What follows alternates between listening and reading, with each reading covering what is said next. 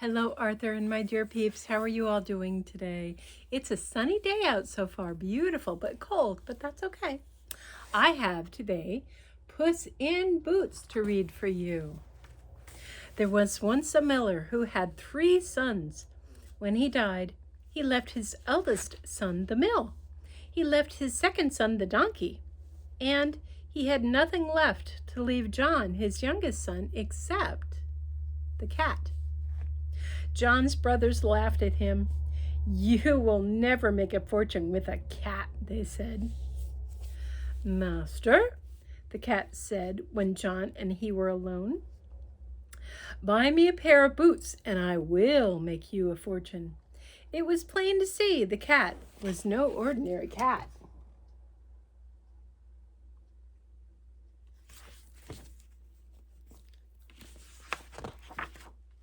John did as the cat asked. He bought him a pair of boots. The cat put them on.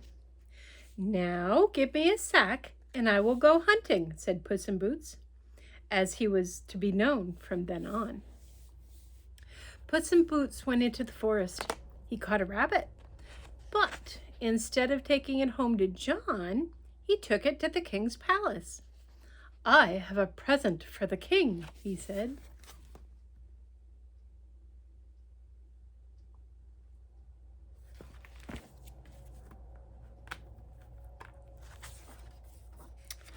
"I am Puss in Boots," he said to the king. "I have brought you a present from my master, the Marquis of Carabas." "Thank you very much," said the king. Kings are like everyone else. They like getting presents. Puss in Boots went hunting every day, and everything he caught, he took to the king. Every day he said, "This is a present from my master, the Marquis of Carabas."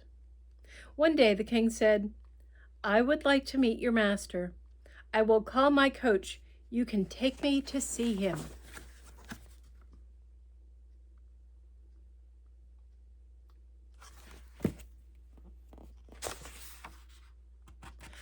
"I cannot ride with you," said Puss in Boots. "I have some business to attend to.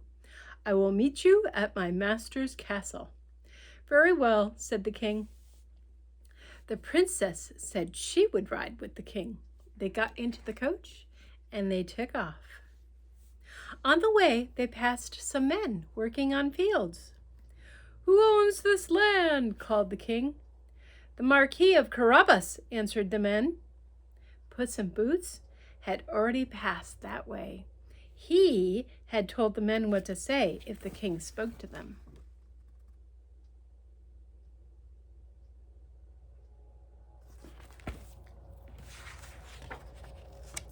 There were men cutting wood in the forest.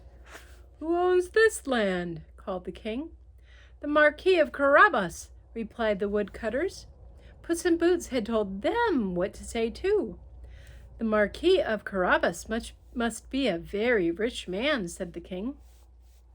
When Puss in Boots got home, he called to John. "Quick, master, go to the river and bathe." "Why?" asked John. "Just do as I say," said Puss in Boots. John was puzzled, but he did as he was told. He was even more puzzled when Puss ran off with his clothes and hid them under a bush.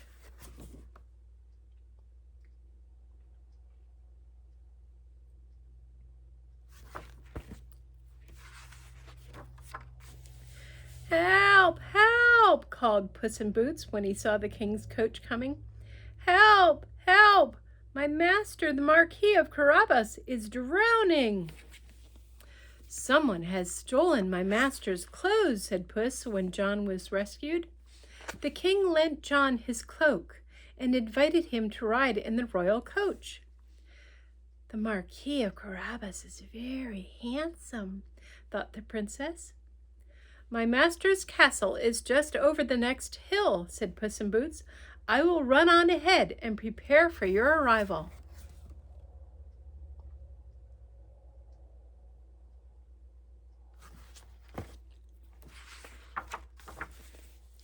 Now, The castle over the next hill really belonged to a wicked ogre.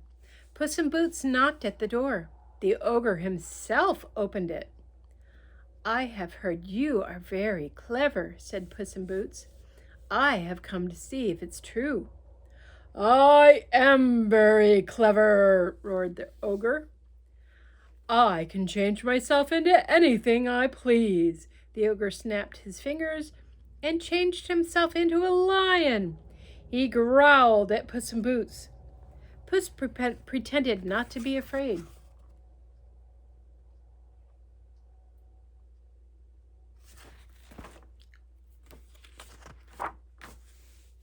"It's easy to change into something big," said Puss in Boots.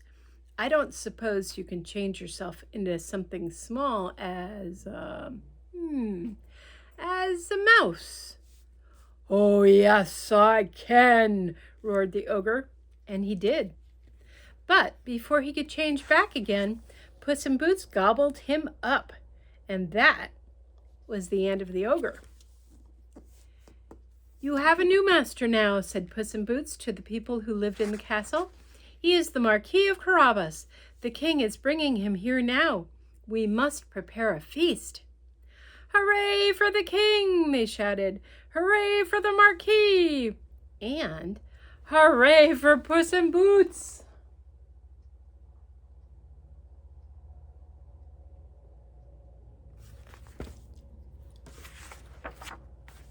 When the king's coach arrived, Puss in Boots was waiting at the castle door.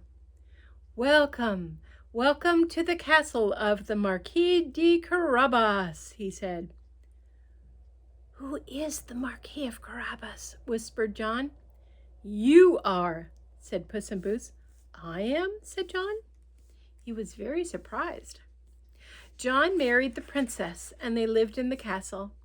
Many years later, they moved into a palace, and John became king.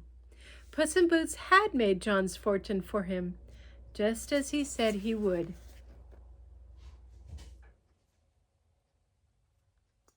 And that is the end of our story.